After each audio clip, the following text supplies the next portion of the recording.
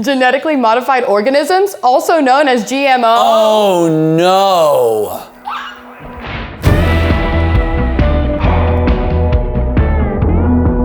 So what is GMO meat and why is it bad for you? GMO is just something that's been genetically modified, which could be anything in a lab where they make sure that it gets certain resistances or they change some of the makeup. Whoa. So if someone like genetically modifies meat in a lab, does that mean that like it would actually affect DNA going forward? Would the genetic modification affect the herd? Yes. If someone were to edit the genes of an animal, whether that be, cattle, chicken, pigs, yes, that could be hereditary. Right? Like you pass on your genes to your kids. So those changes are not just on one animal, but it can go throughout the herd and be permanent. What are they even modifying? Well, I've seen certain things with cattle being about like even their hides. They want to make their hides thinner so that they can live in warmer climates and not get so hot. But you can even edit things about resistance to diseases or things of that nature. So you can edit almost anything in the gene. Even if it's something as simple as like the fur or whatever,